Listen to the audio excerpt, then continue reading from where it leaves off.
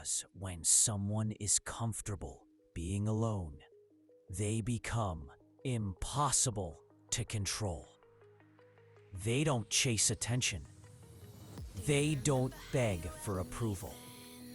They don't follow crowds blindly. They think for themselves. They move differently. They see the world differently.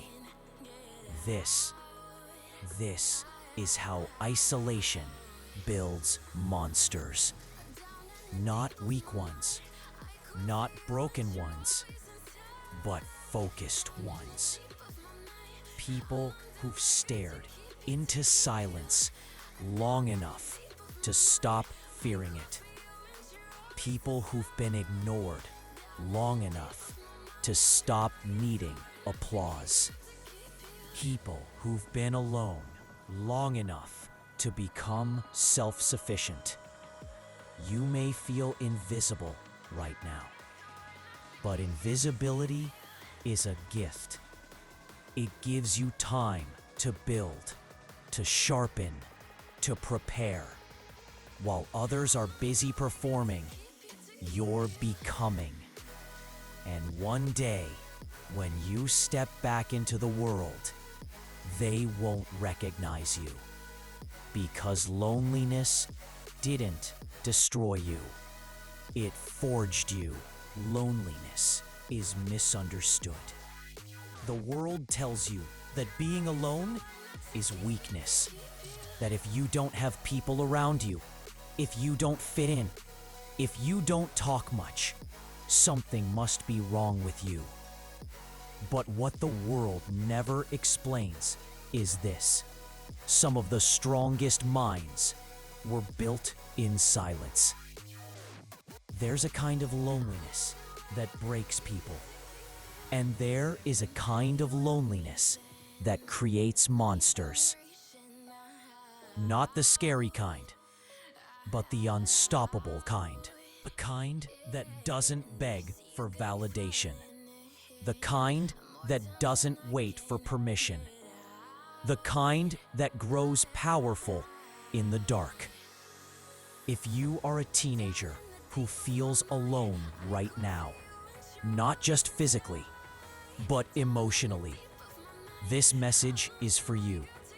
If you feel misunderstood, if you feel ignored, if you feel like you don't belong anywhere, listen carefully. Because loneliness is not your enemy. Uncontrolled loneliness is. When you are alone, your mind becomes louder. Your thoughts have space to speak. And that can be dangerous. Or, it depends on what you do with the silence. Most teens run from loneliness. They drown it in noise, social media, friends who don't understand them, distractions that numb the pain.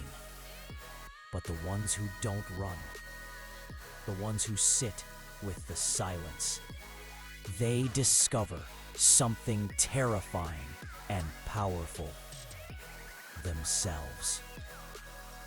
Isolation strips away lies. No masks, no pretending, no audience. Just you and the truth.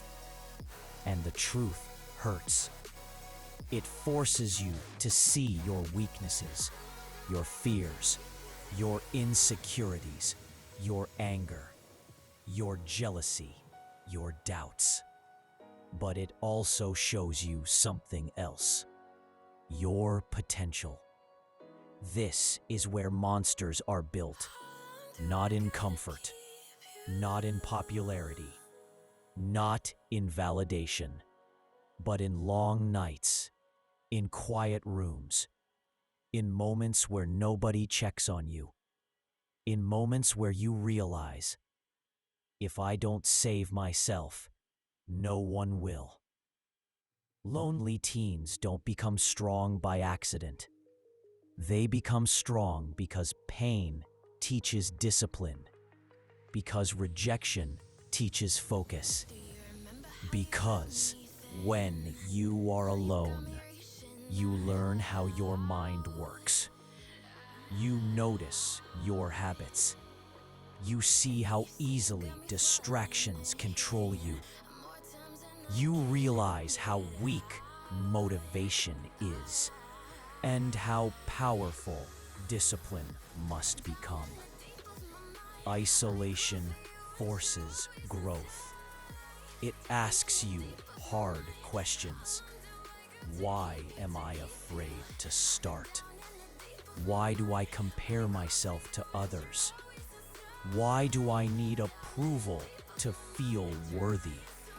And slowly, painfully, you begin to answer them. This is why loneliness builds monsters. Because it removes excuses. When there's no one to blame, no one to impress, no one to distract you, you either break or you evolve. Most people break. They become bitter. They become angry at the world. They turn isolation into self-destruction. But the powerful ones do something different. They turn loneliness into discipline. They start training their body. They start sharpening their mind. They start working in silence. They start building a future nobody sees coming. And that scares people because a teen doesn't need approval, doesn't fear rejection, doesn't chase attention. They become dangerous in the best way. But understand this: isolation is a tool, not a lifestyle. You are not meant to disappear forever. You are meant to build yourself in silence, then return stronger. Loneliness is the training ground. The world is the battlefield. Right now, you may feel invisible. But invisibility is a gift. It gives you time to grow without pressure, to fail without judgment, to learn without noise. One day, people will ask, "When did you become so strong?" They won't know about the nights you cried alone, the days you doubted yourself, the moments you almost gave up. And you won't explain, because monsters don't explain themselves. They just show results. Loneliness doesn't arrive loudly. It doesn't announce itself. It slips in quietly. When messages stop coming, when invitations disappear, when you realize you're always the one listening. But at first, you think it's temporary. You tell yourself, "It's fine, I don't need anyone." But slowly, isolation starts changing the way you think. You spend more time inside your head, and your mind becomes both your refuge and your battlefield. At night, when the world is asleep, your thoughts get louder. You replay conversations. You question your worth. You wonder why you're different, why you don't fit in, why others seem happy while you feel invisible. And this is where most people break, because the mind, when left undisciplined, can turn loneliness into self-destruction. But here's the truth no one tells lonely teens. Isolation doesn't weaken you by default. It reveals you. Loneliness strips away distractions. It removes fake friendships. It exposes your raw self, the fears you hide, the anger you suppress, the potential you've ignored. And yes, if you don't control it, loneliness can turn you bitter, insecure, lost. But if you face it, if you survive it, it can turn you into something powerful. History proves this. The most dangerous minds, the strongest leaders, the deepest thinkers, they were lonely first, because loneliness forces growth. When you have no one to lean on, you either collapse or you learn how to stand on your own. When no one understands you, you either silence yourself or you understand yourself. When you feel rejected by the world, you either beg for acceptance or you build something so strong that acceptance becomes irrelevant. This is where the monster is born. Not a monster of anger, but a monster of discipline. Not a monster of hate, but a monster of focus. Not a monster that destroys others, but one that destroys weakness. But only if you choose correctly. Most teens don't realize this. Loneliness is a test. It asks one brutal question. What will you do when no one is watching? Will you numb the pain with distractions? Endless scrolling, gaming, dopamine addictions, escapism? Or will you use the silence to build something unbreakable? Because isolation gives you time. Time to think, time to train, time to learn, time to improve, and time, when used correctly, is deadly powerful. A lonely teen who chooses discipline over comfort becomes unstoppable. While others are chasing validation, you're sharpening your mind. While others are partying, you're building skills. While others depend on friends for confidence, you're learning self-respect. You start to realize something dangerous. You don't need approval to move forward. You don't need permission to grow. You don't need noise to become strong. Silence becomes your weapon. But let's be honest, loneliness also hurts. Some days feel heavier than others. Some nights feel endless. Sometimes you want someone, anyone, to understand you. And there's nothing weak about that. Wanting connection is human. Pain doesn't mean you're failing. It means you're alive. The key is this: don't let loneliness turn into self-hate, because isolation can lie to you. It can convince you that you're unlovable, that you don't matter, that no one would care if you disappeared. Those thoughts are not truth.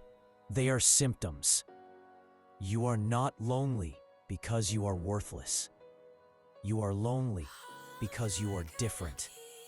Because your depth doesn't match shallow environments. Because your mind is ahead of your surroundings.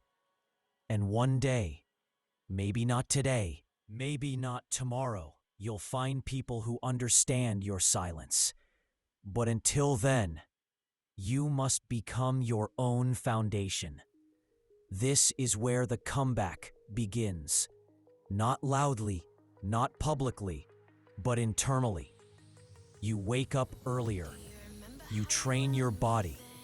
You train your mind. You discipline your habits. You start respecting yourself in ways no one else ever did. And slowly, very slowly, Loneliness stops feeling like punishment. It starts feeling like preparation. Loneliness doesn't announce itself loudly. It doesn't knock on the door and say, "I'm here to destroy you."